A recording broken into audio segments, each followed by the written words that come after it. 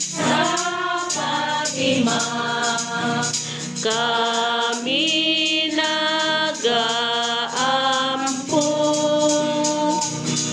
kalinaw panaghiusa among gipangayo, tutuli kami inahan sa tulid nga dalan ning rosaryo kahalaran sa taknang nga tanan. Imo man nga gisaaran kami sa panaban,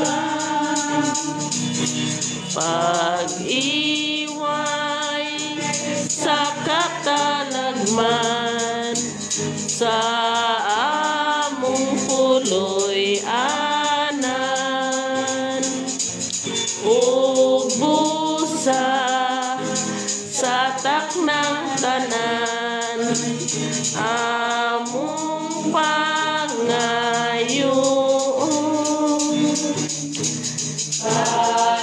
Kanunay mong panalidad kining yutang tabunon,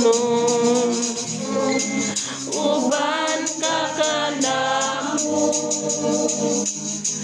berhin sa barangay, kami nangalipay kay ikaw lang ang among tigpahit sa among mga luha. O mahal ngay nahanap mo, dungga ang kabataan nga naas kapatagan nining kahisdanan.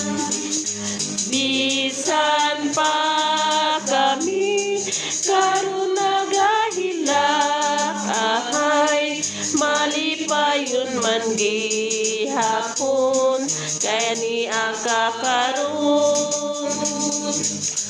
O inahanap mo sa bangin taon kami, aron magalipay kami sa gihapon.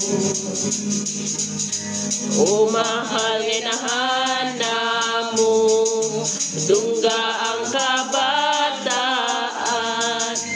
nga nasa kapatagan nining kahisdanan. Bisan pa kami karon nagahilak, ahay malipayon man gihapon. O inahanap mo sa pamilitaw. Tawag usa ka bata o gipatindog niya sa atubangan nila. Ug miingon siya, "Hinumdumi kini, gawas kung mausab kamo ug mahimong sama sa mga bata, dili gayud kamo makasulod sa gingharian sa langit." Ang labing dako sa gingharian sa langit mao ang pagpaubos sa iyang kaugalingon ug magpakasama nining bataa. Ug ang makadawat og usa ka bata nga sama niini sa akong ngalan, magdawat ka nako.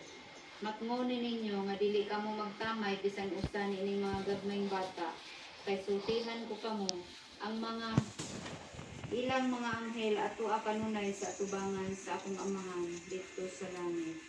Ang ebanghelyo sa Ginoo. Panalangin.